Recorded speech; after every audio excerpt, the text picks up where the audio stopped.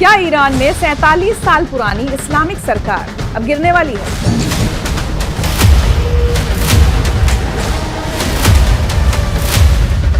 क्या 2026 में 1979 से भी बड़ी क्रांति देखने को मिलेगी?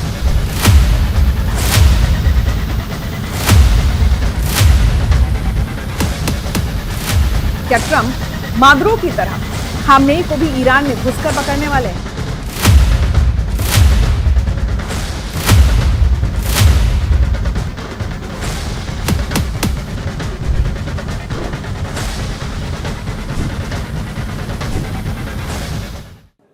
ये सवाल इसलिए जरूरी है क्योंकि इस वक्त ईरान में जो हो रहा है वो सिर्फ एक विरोध प्रदर्शन नहीं है, वो एक तूफान है जो पूरे मिडिल ईस्ट का नक्शा बदल सकता है। जो विरोध 2 हफ्ते पहले महंगाई और आर्थिक तंगी के खिलाफ शुरू हुआ था, वो अब सुप्रीम लीडर अयातुल्लाह खामनेई की 37 साल पुरानी सत्ता के लिए सीधी चुनौती बन चुका है। लड़कियां वेस्टर्न कपड़ों में सड़कों पर खामनेई के पोस्टर से सिगरेट सुलगा रही हैं। लाखों लोग सड़कों पर उतर आए हैं। अब तक 500 से ज्यादा प्रदर्शनकारियों की मौत हो चुकी है और 11,000 से ज्यादा प्रदर्शनकारी गिरफ्तार किए जा चुके हैं। उधर अमेरिका के राष्ट्रपति ने खुलकर ईरान को धमकी दी है। डोनाल्ड ट्रंप ने कहा कि अगर हिंसा नहीं रुकी तो वो ऐसी जगह चोट करेंगे जहां सबसे ज्यादा दर्द होगा। और सबसे दिलचस्प बात, ईरान के आखिरी शाह के बेटे रेजा पहलवी प्रदर्शनकारियों से शहर के केंद्रों पर कब्जा करने का आह्वान कर रहे हैं। तो क्या वाकई ईरान में एक नई क्रांति का दौर शुरू हो चुका है? आइए समझते हैं पूरी कहानी शुरू से आखिर तक। इस पूरे बवाल की शुरुआत को समझने के लिए हमें सबसे पहले ईरान के आर्थिक संकट को समझना होगा। दिसंबर 2025 के आखिरी हफ्ते में ईरान की करेंसी रियाल की कीमत तेजी से गिरने लगी और ये गिरावट अचानक नहीं थी। ये पिछले कई सालों की आर्थिक बदहाली का नतीजा थी। ईरान में महंगाई दर अक्टूबर 2025 में 48.6% और दिसंबर 2025 में 42.2% तक पहुंच गई थी। IMF यानी इंटरनेशनल मॉनेटरी फंड का अनुमान है कि 2025 में उपभोक्ता कीमतें 42.4% तक बढ़ गई और 2026 में भी ये 40% से नीचे नहीं आएंगी। यूरोपियन सेंट्रल बैंक जहां 2% महंगाई दर को लक्ष्य मानता है, वहां ईरान में 40% से ज्यादा महंगाई है। सोचिए कितनी भयानक स्थिति है। लेकिन असली झटका तब लगा जब जून 2025 में अमेरिका और इजराइल ने ईरान की परमाणु सुविधाओं पर बमबारी की, जिसके बाद ईरानी रियाल की कीमत में 60% की भयानक गिरावट आ गई। जो करेंसी पहले से ही कमजोर थी वो और भी तबाह हो गई। ब्लैक मार्केट में रियाल अपने सबसे निचले स्तर पर पहुंच गया और सबसे बुरी बात यह है कि खाने पीने की चीजों की महंगाई तो 64% तक पहुंच गई है। आम लोगों के लिए रोजमर्रा की जरूरतें पूरी करना मुश्किल हो गया है। ईरान में करीब 50% लोग गरीबी रेखा के नीचे जी रहे हैं। इन हालात को देखते हुए सरकार ने ऐलान किया कि वो आयात पर खर्च होने वाले $10 बिलियन को सीधे 8 करोड़ ईरानियों को क्रेडिट के रूप में देंगे। लेकिन ये महज $60 मासिक है। सोचिए, जब खाने पीने की चीजें 64% महंगी हो गई हो तो $60 से क्या होगा? ये एक मजाक जैसा था। जाहिर है लोगों का गुस्सा फूट पड़ा। 28 दिसंबर 2025 से तेहरान, शिराज और दूसरे शहरों के दुकानदारों ने अपनी दुकानें बंद कर दी। उसके बाद धीरे धीरे लोग सड़कों पर उतरने लगे। शुरुआत में ये सिर्फ आर्थिक मांगों का प्रदर्शन था। लोग महंगाई के खिलाफ बेहतर जिंदगी की मांग कर रहे थे।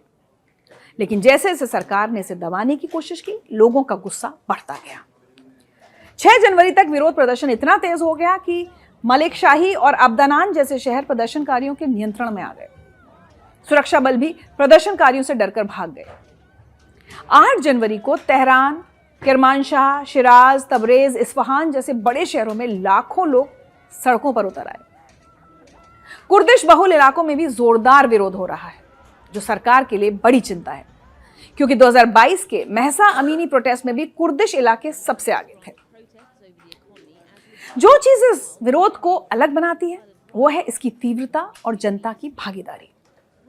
पहले जो विरोध सिर्फ युवा या किसी खास तबके तक सीमित रहता था, अब इसमें बूढ़े, बच्चे, औरतें, मर्द, हर तबके के लोग शामिल हैं। ईरानी महिलाएं वेस्टर्न कपड़े पहनकर खामनेई के पोस्टर्स जला रही हैं। एक रिपोर्ट के मुताबिक ईरानी महिलाओं ने एक नया विरोध ट्रेंड शुरू किया है, जिसमें वो supreme leader Ayatollah Ali Khamenei की जलती हुई तस्वीरों से सिगरेट जला रही हैं। अब ये सीधे सीधे इस्लामिक रिपब्लिक के उन सख्त कानूनों के खिलाफ बगावत है जो महिलाओं पर थोपे गए हैं। कुछ साल पहले हुई महसा अमीनी की मौत के बाद से कई महिलाओं ने हिजाब कानूनों की अवहेलना की है। पिछले 3 सालों में महिलाओं की यूनिवर्सिटीज में बिना हिजाब आने और खेल आयोजनों में बिना हेडस्कार्फ के भाग लेने की तस्वीरें सोशल मीडिया पर आई हैं। यह विरोध अब सिर्फ महंगाई का मुद्दा नहीं रहा, बल्कि पूरी सत्ता के लिए चुनौती बन गया है। इस पूरे विरोध प्रदर्शन में ईरान का झंडा भी विवाद का केंद्र बन गया है। सोशल मीडिया प्लेटफॉर्म एक्स पर ईरान के मौजूदा झंडे की जगह पुराना झंडा नजर आने लगा है। इसकी शुरुआत हुई इस वीडियो से, जब लंदन में ईरानी दूतावास की बिल्डिंग पर चढ़कर एक शख्स ने मौजूदा झंडा उतार दिया और उसकी जगह पुराना झंडा लगा दिया। लेकिन क्या आप जानते हैं पुराने और नए झंडे में क्या अंतर है और इस पर विवाद क्यों हो रहा है? तो ईरान के पुराने झंडे का इतिहास 3000 साल से भी ज्यादा पुराना है। इस झंडे पर शेर और सूरज का निशान हुआ करता था। शेर शक्ति और साहस का प्रतीक था, जबकि सूरज को प्राचीन ईरानी धर्म में दिव्यता और प्रकाश का प्रतीक माना जाता था। शेर के हाथ की तलवार न्याय और रक्षा का प्रतीक थी। इस झंडे में 3 रंग थे। हरा रंग इस्लाम और विकास का प्रतीक था, सफेद रंग शांति का और लाल रंग देश के लिए बहाए गए खून का प्रतीक था। यह झंडा 1979 की इस्लामिक क्रांति से पहले ईरान का आधिकारिक ध्वज था, लेकिन 1979 की इस्लामिक क्रांति के बाद सब कुछ बदल गया। आयतुल्लाह खुमैनी के नेतृत्व वाली धार्मिक सरकार ने इस ऐतिहासिक प्रतीक को हटाकर एक नया इस्लामिक झंडा अपना लिया। नए झंडे से शेर और सूरज को हटा दिया गया और उसकी जगह अल्लाहू अकबर लिखा गया, वो भी 22 बार। 22 बार इसलिए क्योंकि इस्लामी क्रांति ईरानी कैलेंडर के अनुसार बहमन महीने की 22 तारीख को सफल हुई थी। हालांकि 3 रंगों को बरकरार रखा गया, लेकिन अब उनकी व्याख्या पूरी तरह इस्लामी मूल्यों के आधार पर की जाने लगी है। अब सवाल यह है कि प्रदर्शनकारी पुराना झंडा क्यों चाहते हैं? तो इसके पीछे बहुत गहरा मतलब है। प्रदर्शनकारियों का कहना है कि वो अब इस्लामिक कट्टरता से आजादी चाहते हैं और अपनी पुरानी गौरवशाली पहचान को वापस लाना चाहते हैं। लंदन में ईरानी दूतावास पर पुराना झंडा लगाना एक बड़ा स्टेटमेंट है। ये दिखाता है कि विरोध सिर्फ ईरान के अंदर नहीं है, बल्कि दुनिया भर में बसे ईरानी भी इस्लामिक रिपब्लिक से नाखुश हैं। सुप्रीम लीडर खामेनेई ईरान के अंदर इन प्रदर्शनों को दबाने की पूरी कोशिश में लगे हैं। पूरे देश में इंटरनेट बंद कर दिया गया है। कई दिन से इंटरनेट और फोन सेवाएं ठप पड़ी हैं। इसके अलावा प्रदर्शन वाले इलाकों में बिजली भी काटी जा रही है। सरकार की मंशा साफ है, वो नहीं चाहती कि बाहरी दुनिया को पता चले कि ईरान के अंदर क्या हो रहा है। लेकिन जो वीडियो और तस्वीरें बाहर आए हैं वो रूह कपा देने वाले हैं। सुरक्षा बल सीधे भीड़ पर गोली चला रहे हैं, आंसू गैस के गोले दाग रहे हैं और बर्बरता से लोगों को गिरफ्तार कर रहे हैं। सबसे चिंताजनक बात यह है कि सरकार ने IRGC यानी इस्लामिक रेवोल्यूशनरी गार्ड्स कॉर्प्स को तैनात कर दिया है। महसा अमीनी के लिए भी प्रदर्शन के दौरान सरकार ने IRGC को सिर्फ एक बार तैनात किया था, और वो भी कुर्दिश बहुल इलाकों में। लेकिन इस बार का विरोध प्रदर्शन सरकार को बेहद खतरनाक लग रहा है। तभी तो सरकारी न्यूज चैनल ने प्रदर्शनकारियों को आतंकवादी बता दिया और उनकी तुलना इस्लामिक स्टेट से की। वहीं ईरान के supreme leader Ayatollah Ali Khamenei इस पूरे विरोध को विदेशी साजिश बता रहे हैं। 3 जनवरी को उन्होंने अपने भाषण में कहा कि दंगाइयों को उनकी जगह दिखा दी जाएगी। 9 जनवरी को फिर से वो जनता के सामने आए और प्रदर्शनों के लिए अमेरिका को जिम्मेदार बताया। सुनिए उन्होंने क्या कहा। अमल खसमानेई के मुमकिन बूदे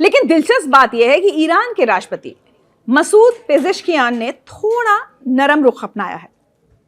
11 जनवरी को उन्होंने आर्थिक समस्याओं पर कार्रवाई का वादा किया और कहा है कि सरकार प्रदर्शनकारियों की बात सुनने के लिए तैयार है। साथ ही उन्होंने प्रदर्शनकारियों से अपील की है। उन्होंने कहा कि ईरान के लोग खुद को दंगाइयों और आतंकवादियों से अलग करें। अब बात करते हैं उस शख्स की जो पूरे विरोध प्रदर्शनों में एक बड़ा चेहरा बनकर उभरे हैं, रेजा पहलवी, जो ईरान के आखिरी शाह मोहम्मद रेजा शाह पहलवी के बेटे हैं। 1979 की इस्लामी क्रांति में जब आयतुल्लाह खुमैनी ने शाह को उखाड़ फेंका, तब रेजा पहलवी और उनका परिवार निर्वासन में चला गया। तब से पहलवी अमेरिका में जी रहे हैं और दशकों से ईरान में शासन परिवर्तन की वकालत कर रहे हैं। 60 साल के रेजा पहलवी खुद को ईरान का क्राउन प्रिंस मानते हैं, लेकिन इस बार जो हुआ है वो अलग है। पहली बार रेजा पहलवी की अपील को इतना व्यापक समर्थन मिल रहा है। वो लगातार सोशल मीडिया पर एक्टिव हैं और एक्स पर अपनी वीडियो पोस्ट कर रहे हैं। सुनिए रेजा पहलवी ईरान की जनता से क्या अपील कर रहे हैं।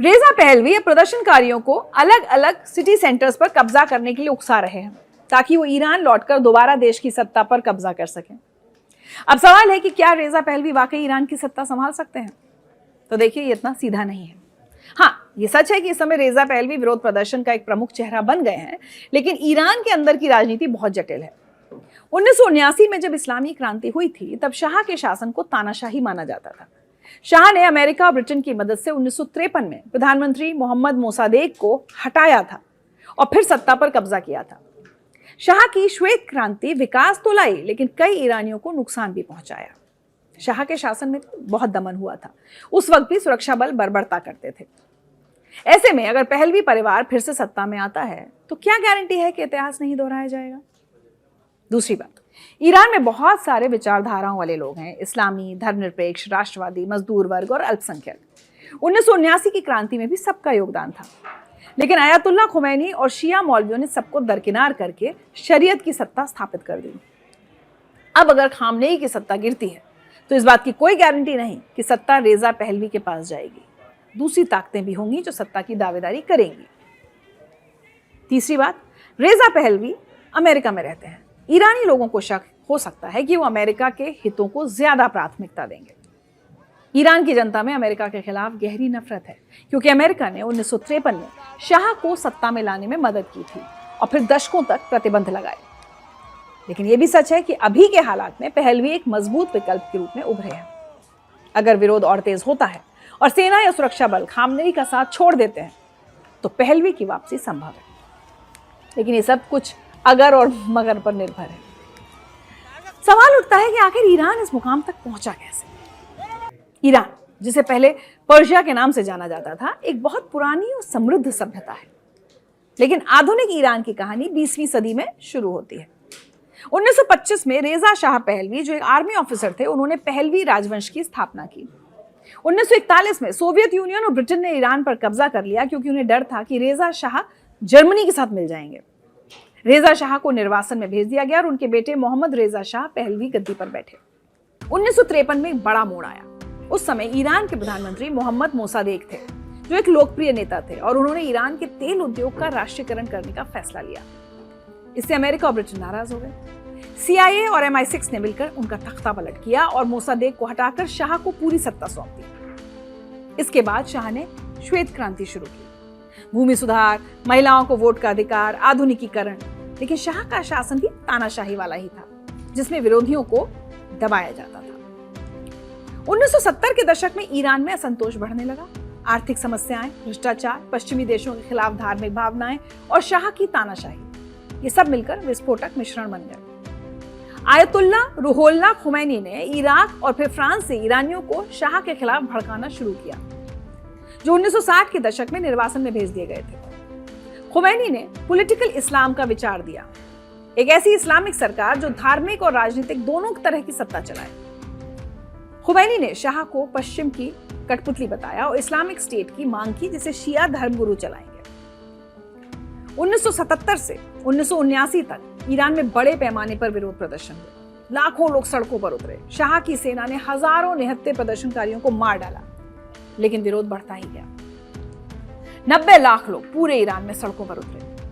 आखिरकार 16 जनवरी 1979 को शाह भाग गए। 2 हफ्ते बाद खुमैनी वापस लौटे और उन्हें नायक की तरह स्वागत मिला।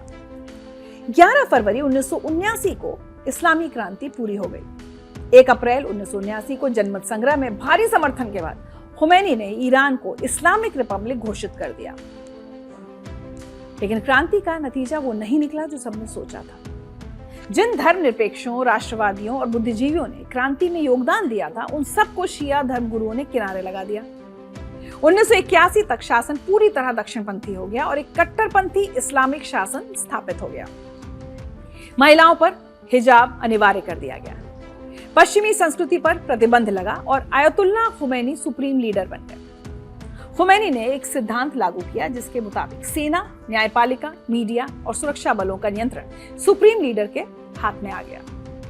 ईरान में राष्ट्रपति और संसद भी है, लेकिन असली ताकत सुप्रीम लीडर के पास है। 1989 में खुमैनी की मौत के बाद Ayatollah Ali Khamenei supreme leader बने और करीब 37 साल से वो ईरान पर राज कर रहे हैं। राष्ट्रपति आते जाते रहते हैं, सरकारें बदलती रहती हैं, लेकिन खामनेई की कुर्सी अटल है। 1939 में पूर्वी ईरान के पवित्र शहर मशहद में एक साधारण धार्मिक परिवार में जन्मे खामनेई की कहानी बड़ी दिलचस्प है। सिर्फ 4 साल की उम्र में उनके पिता ने उन्हें धार्मिक शिक्षा के लिए भेज दिया। जब बच्चे खेलते हैं तब खामनेई कुरान और अरबी पढ़ रहे थे। 11 साल की उम्र में वो मौलवी बन गए।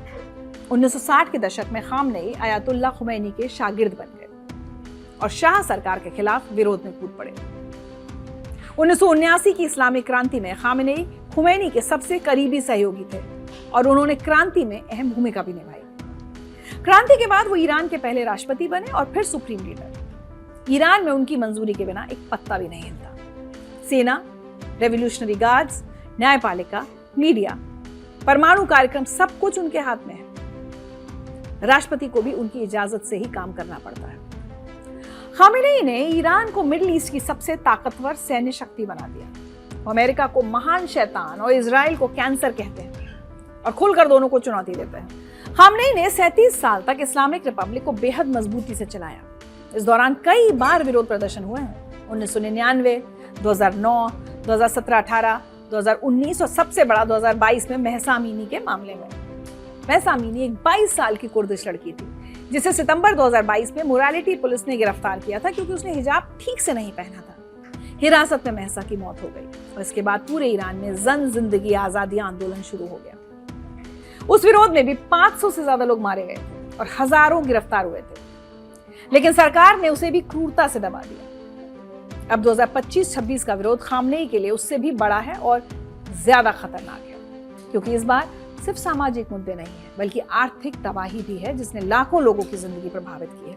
उधर अमेरिकी राष्ट्रपति डोनाल्ड ट्रंप ने इस पूरे मामले में बहुत आक्रामक रुख अपनाया है। सुनते हैं उन्होंने क्या कहा।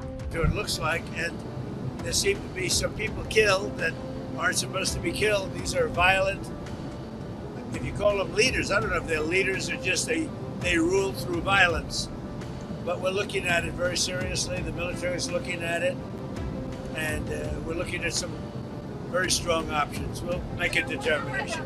उधर अमेरिका के विदेश मंत्री मार्को रूबियो ने भी ऐलान किया कि अमेरिका ईरान के साहसी लोगों के साथ खड़ा है।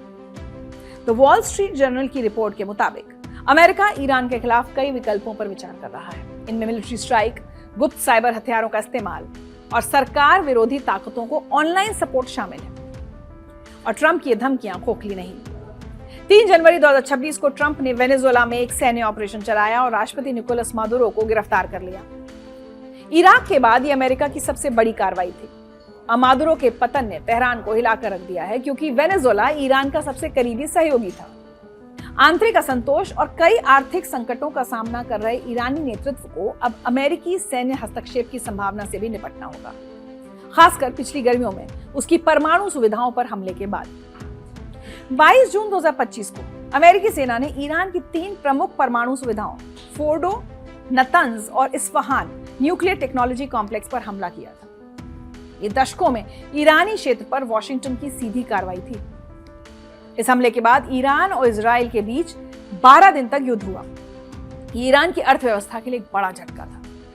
ट्रंप पहले ही ईरान पर हमला कर चुके हैं और अगर जरूरत पड़ी तो वो फिर से कर सकते हैं। ये बात खामनेई अच्छी तरह जानते हैं। ईरान और अमेरिका की दुश्मनी की जड़ें 1979 की क्रांति में हैं। अमेरिका ने दशकों तक शाह का समर्थन किया, इसलिए जब इस्लामी क्रांति हुई तो नई सरकार ने अमेरिका को महान शैतान करार दिया।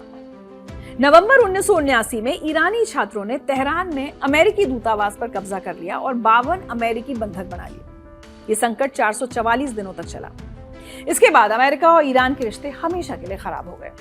1980 के दशक में ईरान इराक युद्ध हुआ, जिसमें अमेरिका ने इराक का साथ दिया और सद्दाम हुसैन को हथियार और खुफिया जानकारी दी। उस युद्ध में 10 लाख से ज्यादा लोग मारे गए, ज्यादातर ईरानी। 1988 में अमेरिकी नौसेना ने गलती से एक ईरानी यात्री विमान को मार गिराया, जिसमें 290 लोग मारे गए। इससे ईरानियों में अमेरिका के खिलाफ नफरत और बढ़ गई। अमेरिका ने कभी माफी नहीं मांगी, सिर्फ खेद जताया। 1990 के दशक में अमेरिका ने ईरान पर प्रतिबंध लगाने शुरू किए। 2000 के दशक में जब ईरान के परमाणु कार्यक्रम की जानकारी मिली तो अमेरिका ने और सख्त प्रतिबंध लगाए। 2015 में ओबामा प्रशासन ने ईरान के साथ परमाणु समझौता किया, जिसमें ईरान ने अपने परमाणु कार्यक्रम को सीमित करने पर सहमति दी और बदले में प्रतिबंध हटाए गए। लेकिन 2018 में ट्रंप ने इस समझौते से अमेरिका को बाहर निकाल लिया और ईरान पर फिर से सख्त प्रतिबंध लगा दिए। जनवरी 2020 में ट्रंप के आदेश पर अमेरिका ने ईरान के सबसे शक्तिशाली जनरल कासिम सुलेमानी को इराक के बगदाद हवाई अड्डे पर ड्रोन हमले में मार डाला। सुलेमानी IRGC के कुड्स फोर्स के कमांडर थे और पूरे मिडिल ईस्ट में ईरान के ऑपरेशंस चलाते थे। इसके बदले में ईरान ने इराक में अमेरिकी बेस पर मिसाइल हमला किया, जिसमें 100 से ज्यादा अमेरिकी सैनिक घायल हुए। 2021 से 24 के दौरान बाइडेन प्रशासन ने ईरान के साथ परमाणु समझौते को रिवाइव करने की कोशिश की, लेकिन बातचीत कामयाब नहीं रही। फिर जनवरी 2025 में ट्रंप की वापसी हुई और जून 2025 में उन्होंने सीधे ईरान के न्यूक्लियर प्लांट्स को निशाना बनाया। इसके बाद ईरान और इजराइल के बीच जमकर बमबारी हुई। तो ये दुश्मनी नई नहीं है, बल्कि दशकों पुरानी है और लगातार बढ़ती जा रही है। अब 2026 में फिर से टकराव की स्थिति बन गई है और इस बार ईरान के अंदर ही विद्रोह हो रहा है, जो अमेरिका के लिए ईरानी सरकार पर दबाव बढ़ाने का एक अच्छा मौका है। अमेरिका और इजराइल की बात हो गई, अब भारत की बात भी कर लेते हैं। ईरान में मौजूदा हालात और सत्ता बदलने से भारत पर क्या असर होगा, ये बहुत जरूरी है, क्योंकि ईरान भारत के लिए एक महत्वपूर्ण देश है। पहली और सबसे बड़ी चिंता है ऊर्जा सुरक्षा। ईरान दुनिया के सबसे बड़े तेल और गैस भंडार वाले देशों में से एक है। ईरान के पास दुनिया का 9% तेल और 18% प्राकृतिक गैस भंडार है। अगर ईरान में अशांति बढ़ती है या अमेरिका ईरान युद्ध होता है तो पूरे मिडिल ईस्ट में तेल की आपूर्ति प्रभावित होगी। ईरान स्ट्रेट ऑफ हॉर्मुज को बंद कर सकता है, जहां से दुनिया की 21% तेल आपूर्ति गुजरती है। इससे अंतर्राष्ट्रीय बाजार में तेल की कीमतें आसमान छू जाएंगी। दूसरी बड़ी चिंता है चाबहार पोर्ट। भारत ने मई 2024 में ईरान के चाबहार बंदरगाह को चलाने के लिए 10 साल का अनुबंध किया है। ये भारत का पहला विदेशी बंदरगाह मैनेजमेंट प्रोजेक्ट है और इसमें $370 मिलियन का निवेश है। हमारे लिए चाबहार पोर्ट बेहद अहम है, क्योंकि इससे भारत पाकिस्तान को बाईपास करके अफगानिस्तान और मध्य एशिया तक पहुंच सकता है। चाबहार से भारत गेहूं, चावल और दालें अफगानिस्तान भेज रहा है। ये INSTC यानी international north south transport corridor का हिस्सा है, जो मुंबई से मॉस्को तक 7200 किलोमीटर का मल्टी मोडल ट्रांसपोर्ट नेटवर्क है। INSTC से भारत का यूरोप और रूस के साथ व्यापार 40% सस्ता और 30% तेज हो जाएगा। लेकिन समस्या यह है कि इसे चलाने के लिए अमेरिका ने प्रतिबंधों में जो छूट दी थी वो अप्रैल 2026 में खत्म होने वाली है। 8 जनवरी 2026 को ईरान के विदेश मंत्री अब्बास अरगची ने दिल्ली का दौरा किया और भारत से चाबहार डील पर अमेरिकी दबाव का विरोध करने को कहा। अब अगर ईरान में राजनीतिक अस्थिरता बढ़ती है, सत्ता बदलती है या अमेरिका ईरान युद्ध होता है तो चाबहार प्रोजेक्ट खतरे में पड़ सकता है। तीसरी चिंता है द्विपक्षीय व्यापार। वित्तीय वर्ष 2024-25 में भारत ईरान का द्विपक्षीय व्यापार लगभग $1.68 बिलियन का था। ये बहुत ज्यादा नहीं है, लेकिन भारत के लिए महत्वपूर्ण है। पिछले कुछ सालों में अमेरिकी प्रतिबंधों के कारण भारत ईरान व्यापार काफी घट गया है। 2018-19 में जब ट्रंप ने प्रतिबंध लगाए तो भारत का ईरान से तेल आयात 23.5 मिलियन टन से घटकर 0 हो गया। भारत ईरान से तेल, गैस और हाइड्रोकार्बन इंपोर्ट करता है और ईरान को दवाएं, चावल, चाय, बासमती चावल और मसाले एक्सपोर्ट करता है। ईरान एक बड़े उथल पुथल के दौर से गुजर रहा है। जो विरोध महंगाई के खिलाफ शुरू हुआ था, वह पूरी इस्लामिक सत्ता को चुनौती दे रहा है। सैकड़ों लोगों की जान जा चुकी है, हजारों गिरफ्तार हैं, लेकिन वो पीछे हटने को या झुकने को तैयार नहीं है। ट्रंप ने खुलकर धमकी दी है और वेनेजुएला में मादुरो को गिरफ्तार करके दिखा दिया है कि वो सिर्फ बोलते नहीं, करते भी हैं। रेजा पहलवी एक संभावित विकल्प के रूप में उभरे तो हैं, लेकिन वो खामनेई को सत्ता से बेदखल कर पाएंगे, ये वक्त बताएगा। लेकिन खामनेई की सत्ता खतरे में जरूर आ गई है। 47 सालों में पहली बार ऐसा लग रहा है कि इस्लामिक रिपब्लिक वाकई हिल सकता है। लेकिन खामेनेई आसानी से हार मानने वाले नहीं हैं। उन्होंने पहले भी कई विरोध दबाए हैं, जैसा मैंने आपको पहले ही बताया था, 2009, 2017, 2019, 2022। इस बार भी वो IRGC को तैनात कर चुके हैं और प्रदर्शनकारियों पर गोलियां चलवा रहे हैं। ईरान का आर्थिक संकट बेहद गंभीर है और सरकार के पास कोई जादू की छड़ी तो है नहीं। रियाल की कीमत गिर चुकी है, महंगाई बेतहाशा बढ़ रही है, लोग गरीबी में जी रहे हैं। जब लोगों के पास खाने को नहीं होता तो वो डर भूल जाते हैं, और जब जनता सड़कों पर उतर आती है तो इतिहास बदल जाता है। ये 1979 में हुआ था और शायद 2026 में फिर से हो। लेकिन अंजाम क्या होगा? क्या रेजा पहलवी सत्ता में आएंगे या कोई नया नेता उभरेगा? क्या IRGC खुद सत्ता पर कब्जा कर लेगा या खामेनेई इस तूफान को भी झेल जाएंगे?